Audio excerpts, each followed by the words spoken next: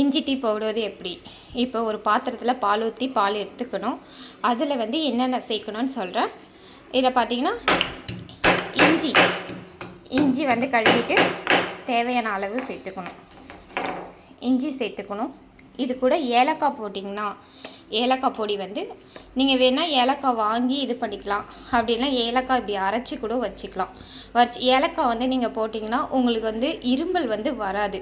அது வந்து ரொம்ப நல்லது. ஏலக்காய் வந்து டீயில் சேர்த்திங்கன்னா உங்களுக்கு இருமல் வராது இருக்கும். அது வந்து ரொம்ப உடம்புக்கு நல்லது. ஓகேங்களா? இப்போ ஏலக்காய் சேர்த்துக்கணும்.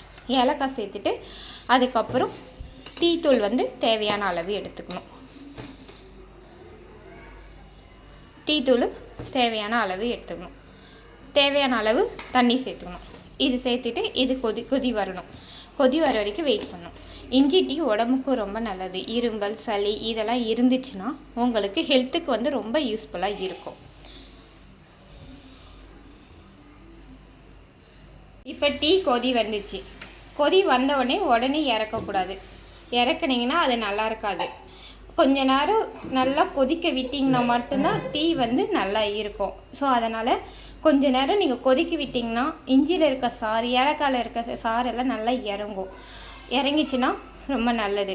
அதனால் டீ கொதி வந்த உடனே இறக்காதீங்க. ஒரு 5 மினிட்ஸ் அப்படியே விட்டு இறக்குனீங்கன்னா டீ நல்லாயிருக்கும். இப்போ டீ நல்லா கொதிச்சிச்சு. இப்போ கேஸ் ஆஃப் பண்ணிவிட்டு அதை எடுத்து வடிகட்டிக்கலாம்.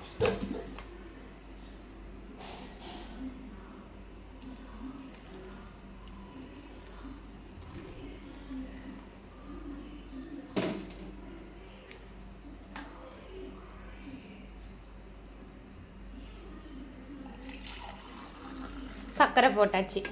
சர்க்கரை போட்டு நல்லா ஆற்றிக்கிட்டா சுவையான டீ நல்ல நுரையோட